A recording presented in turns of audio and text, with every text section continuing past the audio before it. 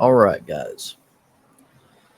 So I'm going to butcher a little bit of this, but during my last live stream, it was not that long ago, a few hours ago, I guess, there was a point near the end where we had a discussion about Trump and the way he's handling dissent, and also how it is very, very reminiscent of Hitler early on. Well, even later on. But so a common interlocutor of mine in the comments of my videos had some disagreements with the way we were framing it. So that's kind of what this video is all about, in case you're wondering. Although I would probably cover something like this anyway because it involves Trump. So there were two major claims that I can recall. One, no, I think three. So, okay, or it may have been Gadwin. I can't remember exactly who started it. We tend to think very similarly on a lot of these things, so I'm not even sure, but it was probably similar. One was, like I just said, that he's finding ways, and has been for a while, to target people and kind of crush dissent and basically eliminate free speech. This person said that essentially he's not doing that. And he was specifically saying that no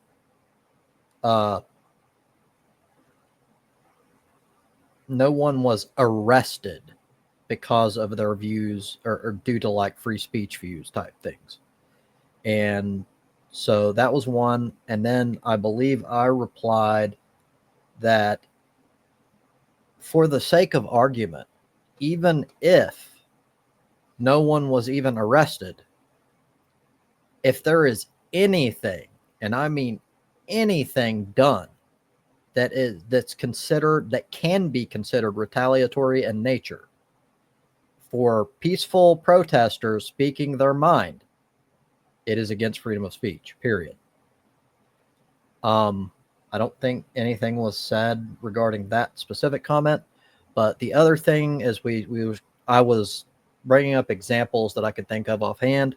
One was the judge, and he said that the judge wasn't being targeted for dissent or like because it's like a political attack, but because he or she was obstructing justice.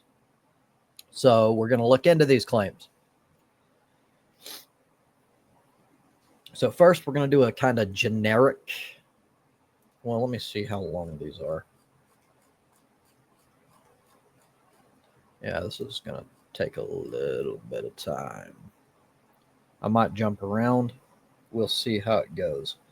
But I'll start with this article from The Conversation.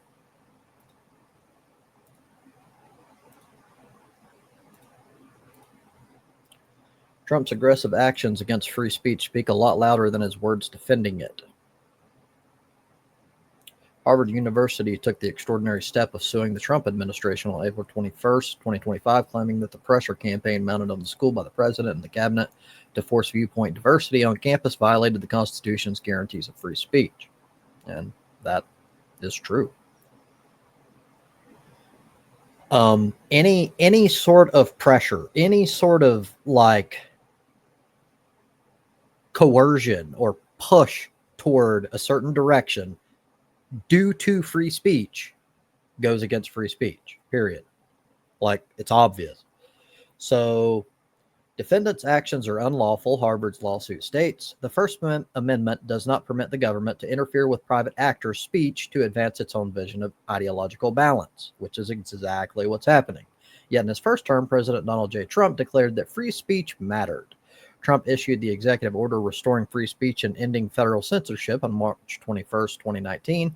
In it, he expressed the importance of free inquiry and open debate to education and directed federal officials to use the federal government's funding of higher education to ensure that universities promote free inquiry. Channeling free speech champions Benjamin Franklin and James Madison, Trump wrote that free inquiry is an essential feature of our nation's democracy. As a professor of constitutional, criminal, and comparative law, and as a citizen who enjoys his liberty, I agree. Free speech is fundamental to human progress. Scientific, medical, technological, and social advancements all rely on the free flow of information. Robust discussion and disagreement are equally important to maintaining a healthy constitutional republic. In the words of the late U.S. Supreme Court Justice Robert Jackson, if there is any fixed star in our constitutional constellation, it is that no official, high or petty, can prescribe what shall be orthodox in politics, nationalism, religion, or other matters of opinion, or force citizens to confess by word or act their faith therein. The First Amendment's, hold on, I went too damn far here, got lost. First Amendment's free speech and press clauses protect all forms of expression, oral, print, digital, and artistic, from governmental interference or punishment. Of the many types of speech, political speech is the most protected. On the first day of his second term in office, Trump issued another free speech executive order. It affirms the administration's commitment to free speech, directs that tax money is not used to abridge free speech, and instructs federal employees to identify and take appropriate action to correct past misconduct by the federal government related to censorship of protected speech. In other words, he's weaponizing, he's hiding things that he wants done and saying that it's in order to protect free speech when it's not. He's looking specifically to target things that he personally disagrees with. In a vacuum, Trump's orders appear to bode well for free speech. But what is important is free speech reality, not rhetoric. 3 months into his second term, where does Trump stand? The many interconnected orders, letters, statements, and actions of Trump's White House make an assessment of any positive effects difficult. On the other hand, the Trump administration has clearly violated and chilled free speech on many occasions. Repression, and retaliation. Attempts to silence the president's adversaries are developing as a pattern. Law firms and attorneys who have sued or prosecuted Trump or represented his adversaries have been targeted for retribution and concessions.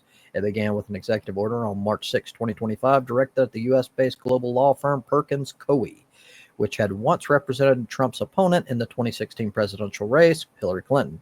A second order was issued on March 14, 2025, against Paul Weiss, Rifkind, Wharton, and Garrison because it once employed an attorney who investigated Trump. Subsequently, at least 6 other prominent law firms were also targeted. Several law firms acceded to the president's demands, agreeing to accept clients without regard to political beliefs, to eliminate DEI practices, and to perform pro bono work valued in the hundreds of millions of dollars for causes Trump supports. So for one, just to kind of touch part of this, I don't want to talk forever because I got a lot to cover, but just eliminating DEI practices is against free speech. You don't get to prescribe what people should think or how companies should act, period. It don't work that way. The firms that didn't accede to the president's demands had their security clearances removed, access to federal buildings restricted, and were banned from working for federal agencies. A few of the firms that didn't relent have won temporary injunctions barring the administration's actions against them. This is clear, obvious.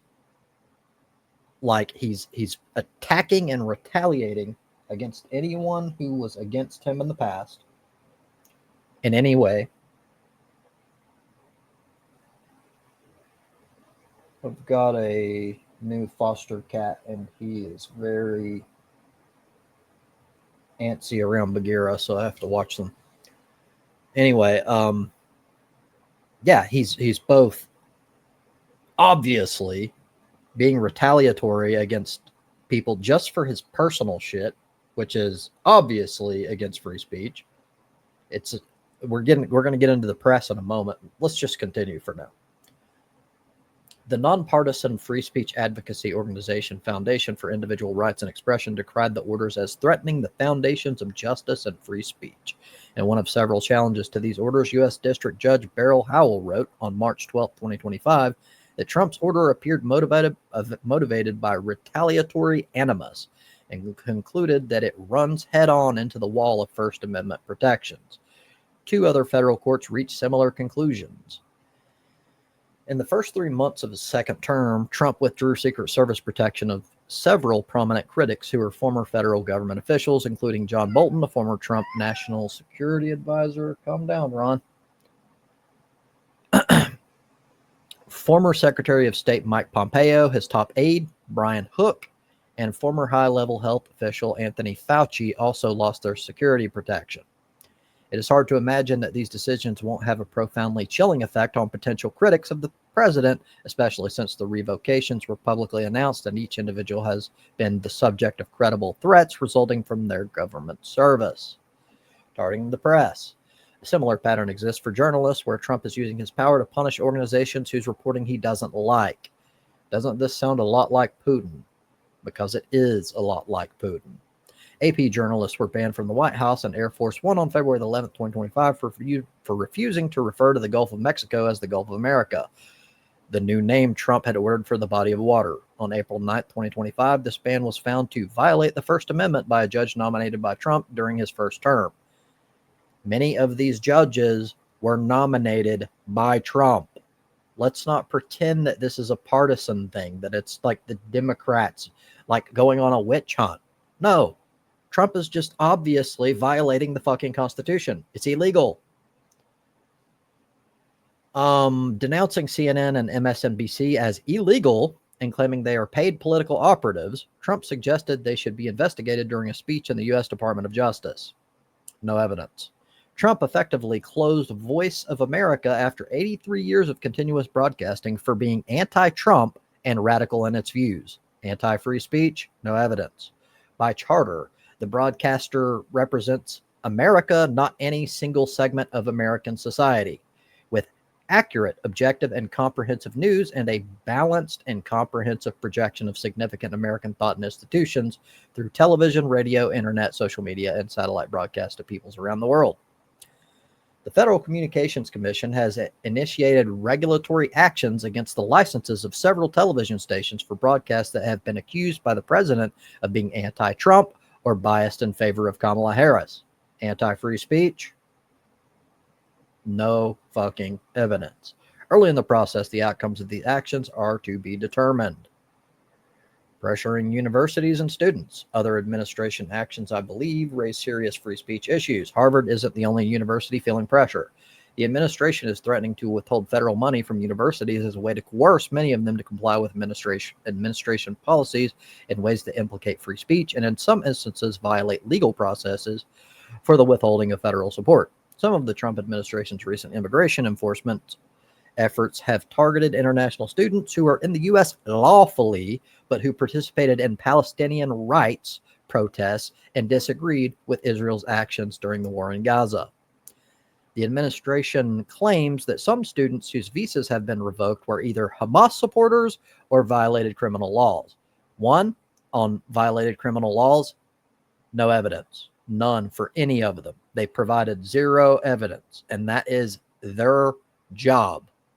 They have to provide evidence. You can't just pick people off the fucking street, make a claim, and then fucking get rid of them. That's not how fucking shit works. But on the Hamas supporters deal, it doesn't matter.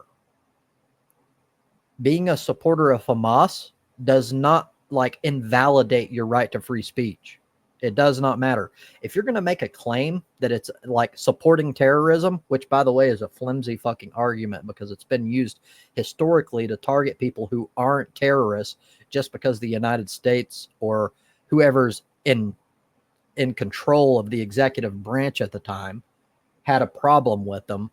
Like that's nothing. Like that's nothing at all. Fuck that. So, yeah, that's one point.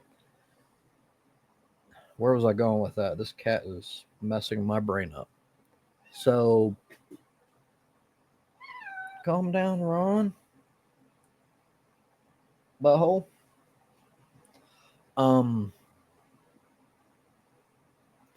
Where was that?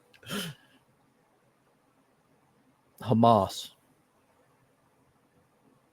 So, yeah, if you're going to make this claim that it's all about targeting terrorism or whatever, which by the way, there's no evidence. That's just claims. It's bullshit, probably. But even if it is true, like I said, it's fucking free speech. Who cares? And you haven't in any way linked people who think that Hamas are like doing anything good, by the way. You don't even have to be a supporter. But someone saying that like Hamas has done anything that's positive in their eyes is not terrorism or supporting terrorism. That's stupid. But if you're going to make that claim, why are the Proud Boys not being detained? Why are the fucking Oath Keepers not being detained? They're obviously terrorists. They actually are terrorists. So let's not play this fucking game because you will lose. The administration has also said that many students are being deported under broad authority the Secretary of State has to deport those deemed a danger to national security. So in other words, he's using national security to silence people's free speech. He's using anything he can to silence people's free speech, especially to clamp down on dissent. Democracy and free speech. In the past decade, the U.S. has fallen in press freedom, rule of law, and calm down, bud. Get down. And democratic governments, resulting in the classification of a flawed democracy by the Economist Intelligence Unit, a democratic watchdog. Unsurprisingly, there has been a simultaneous rise in public support for authoritarianism. These changes make support for free speech increasingly important. On March 4th, 2025, Trump declared in a speech before a joint session of Congress that he, quote, stopped all government censorship and brought free speech back to America, end quote. The record doesn't support this claim. There's one. Let me scroll up real quick. Jeez, I went way too far down on this. Okay. This one is from ABC News. Let me present it real quick. Make sure it's working. Yep. What we know about the foreign college students targeted for deportation. Some students claim they've been targeted for exercising free speech. President Donald Trump's administration has set off a legal and ethical firestorm by targeting international students at United States colleges for deportation, including some who the government alleges participated in protests or activities on campuses in support for Palestine. That's covered under free speech. The administration has claimed, without presenting evidence, that some of those students supported the terrorist organization Hamas, while the students say the White House is treading on their constitutional right to free speech and the longstanding tradition of participating in campus demonstrations. Since Trump's January 30th executive order to, quote, combat the explosion of anti-Semitism on our campuses and streets, end quote, in the aftermath of the October 7th, 2023 Hamas attack on Israel, the State Department has revoked around 300 visas so far, many of them held by college students. Calm down, Ron. Alleged to participate in activities advocating for Palestine and its people on the nation's campuses, according to Secretary of State Marco Rubio. Ron. So, the framing of combating anti-Semitism is automatically dead in the water. And I've covered this numerous times. Jesus. Hold on, let me shut you.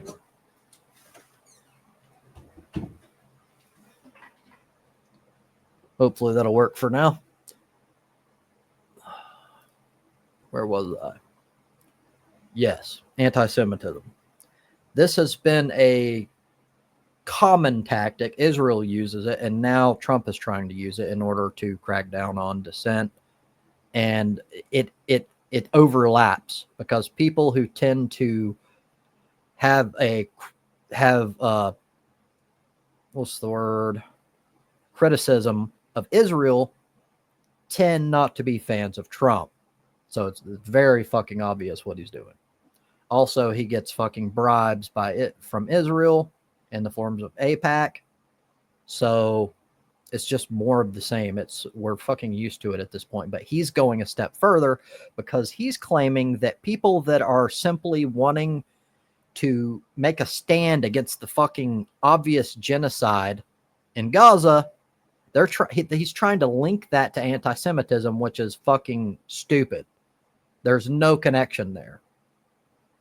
So obviously, it's about fucking taking away people's fucking free speech rights. What he says is irrelevant. What he does is what matters. So his executive order is an action. It shows that he's clamping down on dissent. So, Hamas attack on Israel, the State Department has revoked around 300 visas so far, many of them held by college students alleged to have participated. I already read that. If you apply for a visa to enter the United States and be a student, and you tell us the reason you're coming to the United States is not just because you want to write op-eds, but because you want to participate in movements that are involved in doing things like vandalizing universities, harassing students, taking over buildings, creating a ruckus, we're not going to give you a visa, Rubio said, adding, every time I find one of these lunatics, I take away their visa. This is directly against fucking free speech. In other words, what he's saying by vandalizing, harassing, taking over buildings, none of this, there's no evidence to support any of this because they're lies. The issue is they don't like their political views. That's it. Here's what we know and don't know about some of the more high-profile cases involving foreign students who have had their visas revoked, who have been detained, or who have self-deported after being targeted by federal immigration and customs enforcement agents. Mahmoud Khalil. Mahmoud Khalil, a 30-year-old Columbia University International Affairs graduate student of Palestinian descent, was arrested on March 8th when ICE agents appeared at his student apartment building despite him being a legal permanent U.S. resident in possession of a green card. Khalil is married to an American citizen who is pregnant with their first child. The Trump administration accused Khalil, a Palestinian activist, of supporting Hamas and distributing pro-Hamas propaganda. No evidence. Though it had provided no evidence to support that claim. I'm so used to like saying no evidence because there never is any evidence, and I've looked into this shit that like I didn't even realize that that was the next part of the sentence. Anyway, White House Press Secretary Caroline Leavitt claimed on March 11th that Khalil distributed, quote, pro-Hamas propaganda flyers with the logo of Hamas, end quote, but declined to provide details.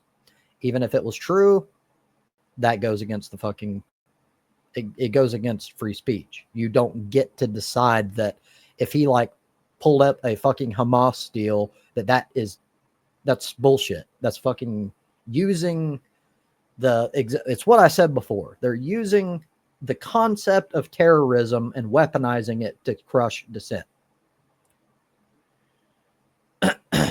Ramzi Qasim, the director of CLEAR, a group representing Khalil, called Leavitt's claim nonsense and said there is no truth to it whatsoever. So not only would, if he had done that and had some pro-Hamas whatever propaganda, not only would that be bullshit for them to fucking do anything for that, but there's no evidence that that is even true. It's just fabricated. It's made up. During a pro-Palestinian student protest at Columbia University last spring, Khalil served as a negotiator when students bargained with school officials over a tent encampment they established on campus. During the days-long demonstration, some protesters also occupied the school's Hamilton Hall and defied orders to disperse, prompting the university to write a letter formally allowing the New York Police Department to enter the campus and break up the protest, during which time they made dozens of arrests. Khalil was not among those arrested, according to the NYPD, who confirmed to ABC News that there are no arrests on file for Khalil. His one and only goal was to get Columbia University to divest from its complicity with Israel government's crimes in Gaza and the West Bank, Qasim said of Khalil's involvement in the protests. Khalil is being held at an ICE detention facility in Louisiana and has filed a lawsuit challenging the federal government's attempt to deport him.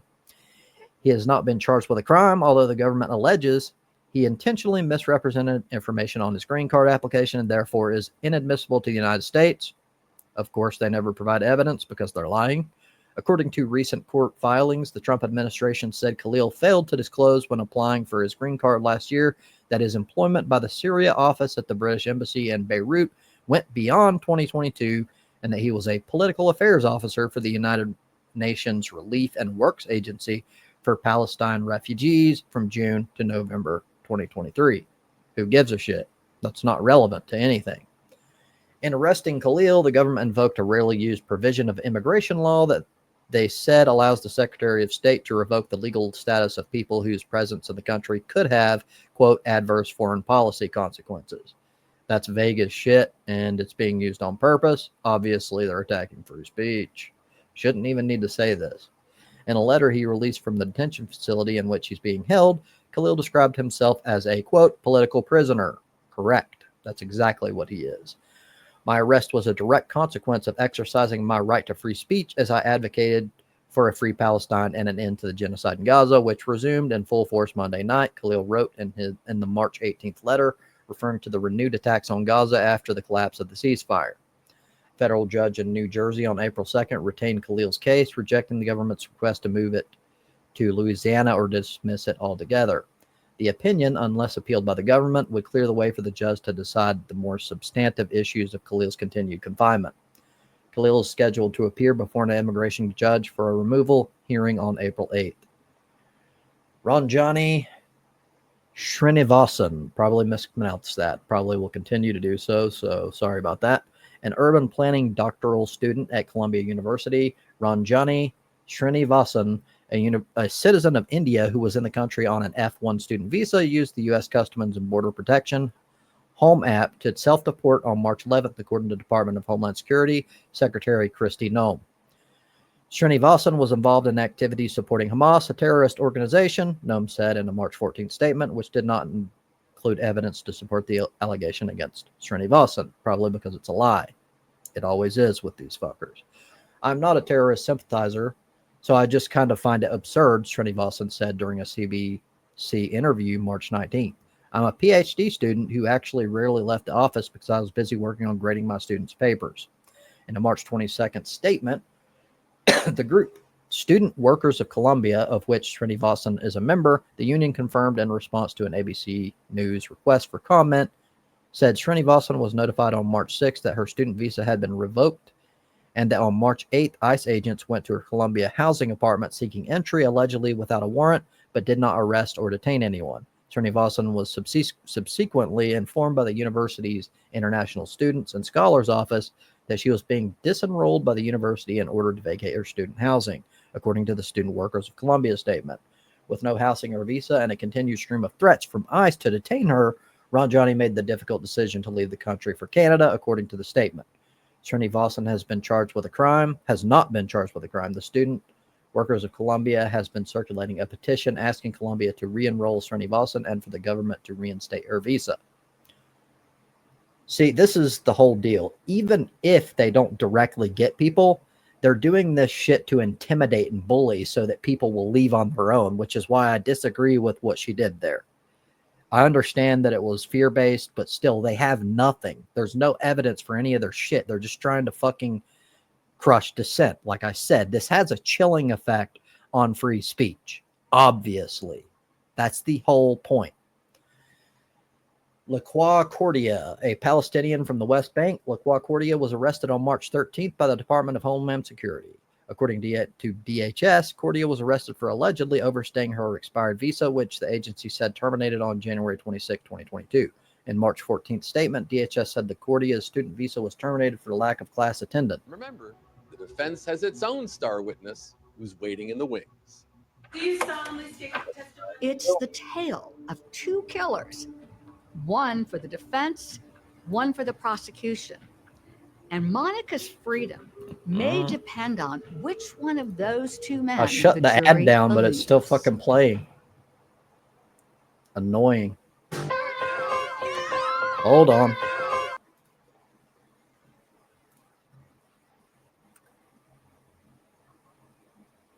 All right, I'm just going to stop on this one. By the way, I'm going to provide the link so people can go on. There's more. There's Laqua Cordia, which I was beginning, Yuncio Chung, Rumaisa Ozturk, Alariza Dorodi, Mumudo Tail or Tall, Badar Khan Suri. Insane number. And they're all bullshit, quote, trumped up charges. No pun intended. Maybe a little bit. So we're going to do one more real quick. Because it's the other issue that we had. Yeah. So, this is from PBS. Judge charged with obstructing immigration agents, escalating Trump's fight with judiciary. The Trump administration escalated its battle with the judiciary and local authorities over the president's deportation agenda. FBI agents arrested Milwaukee County Judge Hannah Dugan on charges of obstructing immigration agents as they attempted to arrest an undocumented migrant at a courthouse, while House correspondent Laura Barron Lopez reports. Amna Nawaz, today an escalation in the Trump administration's battle with the judiciary and local authorities over the president's deportation agenda. FBI agents arrested Milwaukee, blah, blah, blah, when officers attempted to arrest Eduardo Flores Ruiz, a Mexican citizen, last week. The FBI alleges in a criminal complaint that Judge Dugan, quote, escorted Flores Ruiz and his counsel out of the courtroom through the jury door, which leads to a non-public area of the courthouse. Earlier today, Attorney General Pam Bondi addressed both Judge Dugan's arrest and another recent arrest of a former New Mexico judge charged with hiding an alleged Tren de Aragua gang member. Of course, it's alleged because there's no fucking evidence. It's bullshit. This, like, time and time again, it's found that all of their fucking rhetoric is bullshit. So this is Pam Bondi. I think some of these judges think they are beyond and above the law, and they are not. And we're sending a very strong message today. If you're harboring a fugitive, we don't care who you are. Amna, our White House correspondent, Laura Barron Lopez, joins me now here for the latest. Laura, an extraordinary move, as we say, a sort of escalation in the ongoing showdown between the Trump administration and judges who say they are undermining their agenda. Break this down for us. This is Laura. So much of the public first found out about this when FBI Director Kash Patel posted on X that the arrest had occurred, accusing the judge of, quote, intentionally misdirecting federal agents away from Ruiz in her courtroom, although that's not what the official criminal complaint alleges. So the complaint details that members of an ICE task force came to the courthouse last Friday to arrest Flores Ruiz. That included ICE, FBI, DA agents, and Flores Ruiz was at the court for a misdemeanor battery charges tied to domestic abuse, so not for an immigration hearing. And Judge Dugan told agents to talk to the chief judge. She allowed the undocumented immigrant to exit through a jury door. Agents spotted Flores Ruiz later in the public hallway, and at one point, a DA agent even rode an elevator with Flores Ruiz and with his attorney. And that's all laid down in the complaint. Ultimately, they apprehended him down the street near the courthouse after he was running away from agents. So today, though, the judge was arrested on 2 charges of obstructing a proceeding of federal agents and concealing an individual to prevent discovery and arrest. Amna, well, you talked to a former FBI special agent about all of this. What did they have to say on this? Laura, I spoke to former FBI special agent Asha Rangappa, and she believed that both charges could be an uphill battle for the Justice Department and the Justice Department in court because it's hard to prove corrupt intent. And she questioned whether the Trump administration was not very focused on the merits of the case and was more focused on the signal that it could send. Ding, ding. Asha, I think this could be highly embarrassing for the Justice Department if they take this very this kind of case, which is a spectacle, and they don't prevail in court. And I have to wonder whether this is not so much about the merits of the case, but perhaps to send a message. Laura, again, Judge Dugan was arrested on the grounds of a Milwaukee courthouse where she presides, according to the U.S. Marshal's Office. And so that kind of spectacle, which is what Asha said, may be sending a chilling effect to others across the legal community. Amna, now, Laura, you have been reporting on this administration. Officials have been threatening for months to prosecute officials, judges, and lawyers and lawmakers, people they accuse of wrongfully aiding undocumented immigrants. Now that this has happened, what's been the reaction, and are more arrests like expected? Laura, it appears as though more could be expected, Amna, because administration officials are saying this is not the end. President Trump's border czar, Tom Homan, posted today on X, quote, nobody should be surprised by the arrest of 2 judges. He also said that if you are actively impeding our enforcement efforts, you will be prosecuted. But just as Asha Rangappa, the former special agent, said, I also spoke to a former prosecutor, Julius Kim, who has worked alongside as a lawyer. The Judge Dugan, who was arrested. Sorry, getting a little messed up here. And he said that this type of arrest of a judge is not typical, it's not normal, that he is worried that the process is being politicized, and that ultimately, again, that the administration is not necessarily focused on seeing this case all the way through to the end, but is more focused on the larger message that it could send to judges who may act in a similar manner to Judge Dugan. As for the reaction from Democratic lawmakers and the public in Milwaukee, it's been very swift. And today, there were protests outside Judge Dugan's courthouse with chants of people saying, "Free the judge now." Obviously, some people still care about fucking due process, evidence, and free speech. Apparently not Trump. I'll go on just a little bit further and let you guys continue reading it on your own if you're interested. Emna, I want to ask you about something on a different front I know you have been covering as well. We saw a major reversal from the Trump administration on their immigration agenda when it comes to restoring the status of thousands of foreign students after the administration had terminated their records in a federal system. What happened here? Laura. So earlier this month, the Trump administration terminated the records of thousands of foreign students from a federal database that tracks students across the U.S. This database was created after 9/11 to track foreign students. And in response to those terminations, there were 100 or so lawsuits. Dozens of judges blocked the termination, saying that this wasn't lawful. And so today in a federal court, the Trump administration did a complete reversal, essentially saying that it will restore the status, the record of these foreign students in the federal database that tracks them.